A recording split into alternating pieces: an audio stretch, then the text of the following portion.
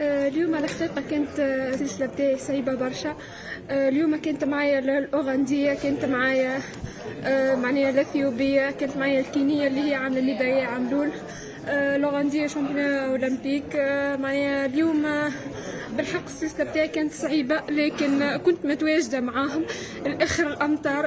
اليوم الله غالب، في مش في 10 متر الاخرى، في 5 متر الاخرى دخلت عليا الالمانيه بالراس.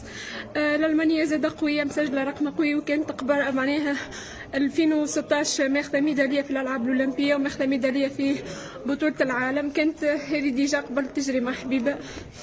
اليوم الحمد لله اني حققت رقم شخصي جديد، ولكن اليوم في قلبي حرقه كبيره، خاطر النهائي مشى معناها في 5 أمتار الاخرى، لكن الحمد لله هذاك هو سبور. اليوم حبيت نشرف تونس، حبيت نرفع راية البلاد، لكن الله غالب. انتم ما تعرفوا السبور وانتم ما تعرفوا المستوى توا. مستوى معناها اقوى برشا، ما بقاش كيما قبل.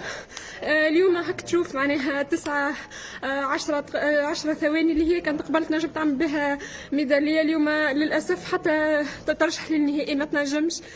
على الحق عملوا ونشارك في بطولة العالم، ترشحت للنهائي. كنت متواجدة عامين في النهائي، ولكن الله غالب. اليوم صارت لي نفس الفازة اللي صارت في طوكيو، نحقق الرقم الشخصي بتاعي، ولكن الله غالب ما يسعدنيش لحد اني نكون في النهائي.